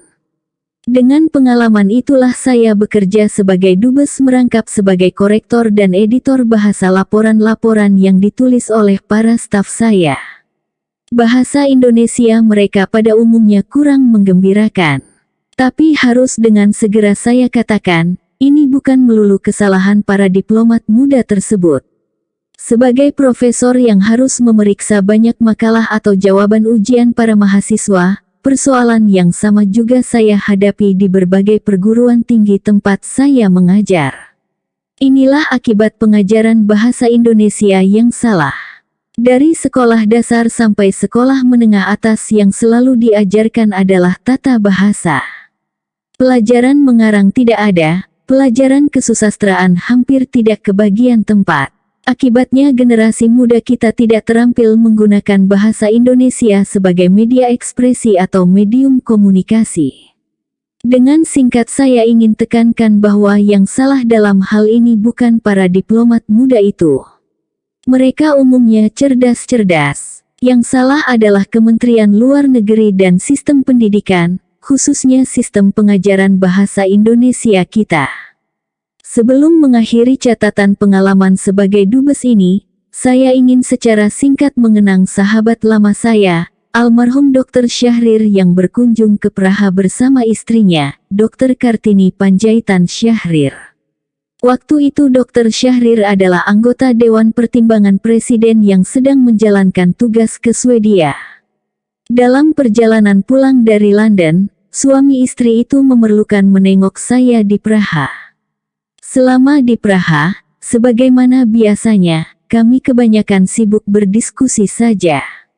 Topik kami adalah politik dan ekonomi Indonesia. Apa saja yang Anda nasihatkan kepada Bapak Presiden sebagai ahli ekonomi, tanya saya. Banyak, semua tertulis, tapi tidak diperhatikan. Dan mulailah Syahrir mengemukakan keluhannya dan keluhan kolega sesama anggota One Team Press mengenai nasihat-nasihat yang tidak digubris oleh Presiden SBY. Saya akan terbitkan nasihat-nasihat saya nanti, kata Syahrir dengan kesal. Tuhan ternyata tidak memberi peluang kepada Dr. Syahrir menerbitkan sendiri kumpulan nasihatnya. Maut menjemputnya tidak terlalu lama setelah kembali dari Praha. Kesempatan menerbitkan nasihat-nasihat yang tak tergubris itu diberikan Tuhan kepada Adnan Buyung Nasution, Ketua One Team Press pada periode pertama kepresidenan SBY. Dan buku yang menghebohkan itu pun terbit pada tahun 2012. Masih tentang Dr. Syahrir. Ketika saya pulang ke Jakarta, teman-teman menceritakan pengalaman Syahrir di Praha sebagai yang dikisahkannya kepada teman-teman tersebut. Menurut Syahrir, hebat Salim di sana, sopirnya saja orang bule. Kata saya, Syahrir tidak tahu, bukan cuma sopir yang bule, yang cuci pakaian dalam saya juga bule. Pembantu rumah tangga dubes di Praha memang seorang perempuan bule yang tinggi besar. Dia berdarah Jerman Ceko. Dari konser jazz ke konser jazz akhirnya tibalah saatnya kami harus meninggalkan Praha. Seperti waktu datang dulu keliling memperkenalkan diri, kini pun kami harus berkeliling mohon pamit. Karena waktu itu Ceko sedang dilanda krisis politik sehingga tidak ada kabinet yang lama jatuh, yang baru belum terbentuk, maka sebagian besar rencana pamit tidak bisa dilakukan. Tapi dengan presiden, dalam negara dengan sistem parlementer tentu tidak ada halangan apa-apa. Staf KBRI kemudian menulis surat minta waktu pamit kepada Presiden Václav Klaus. Agak lama kami menunggu. Lewat telepon protokol istana mengabarkan tawaran Presiden menerima saya pada acara konser jazz di istana. Kalau Yang Mulia bersedia, kami akan sediakan tempat khusus di samping Presiden, kata pejabat istana tersebut. Kalau menolak tawaran tersebut, saya mungkin terpaksa harus menunggu lebih lama lagi. Maka saya putuskan pamit sambil menonton konser. Adalah unik bahwa acara resmi pertama saya di Praha adalah juga menghadiri konser atas undangan Presiden Klaus. Menarik untuk diketahui Presiden Bill Clinton sebagai pemain saksofon, pernah ikut bermain dalam salah satu konser tersebut ketika kebetulan berkunjung ke Praha. Ditemani sekretaris dubes, saya datang ke ruang festival di istana. Seperti janji protokol, kursi sudah disediakan tepat di samping presiden dan pelaksana pemerintahan atau pejabat perdana menteri. Begitu mendekat, Presiden Klaus berdiri menyambut, menerima uluran tangan dan memperkenalkan saya kepada beberapa pejabat penting di sekitarnya. Duduk di kursi yang telah disiapkan, tidak tersedia waktu untuk berbasa-basi. Konser segera mulai. Seperti hanya menunggu saya datang. Pada akhir konser, Presiden sebagai tuan rumah menyampaikan pidato singkat memuji sembari mengucapkan terima kasih kepada para pemain musik dan mat jalan kepada Dubes Indonesia yang akan segera meninggalkan Praha. Tepuk tangan bergemuruh mendorong saya berdiri memberi hormat dengan mengangguk dan melambaikan tangan ke segala penjuru ruangan. Acara konser dan pamit selesai. Saya balik ke Wisma dan siap meninggalkan Praha setelah bertugas di kota yang cantik itu selama 3,5 tahun. Beberapa hari kemudian, pada sebuah subuh yang dingin di awal musim semi, dengan diantar oleh semua dubes ASEAN, kami sekeluarga terbang ke Frankfurt dalam perjalanan pulang ke Jakarta. Di atas pesawat yang menerbangkan kami meninggalkan Eropa, seperti ada yang membisikkan ke telinga saya, dari sejumlah perjalanan ke luar negeri itu kau sudah berhasil mengumpulkan sejumlah gelar, mulai dari HBA, MA, Maya, PhD, Haji, Bapak seorang gadis, hingga akhirnya ambasador. Bangun tengah malam di Praha beberapa jam lalu, dalam kabin kelas eksekutif Etihad yang menerbangkan kami dari Frankfurt, saya sangat mengantuk dan karena itu mudah tertidur. Awak kabin membangunkan semua penumpang ketika pesawat bersiap-siap mendarat di Abu Dhabi.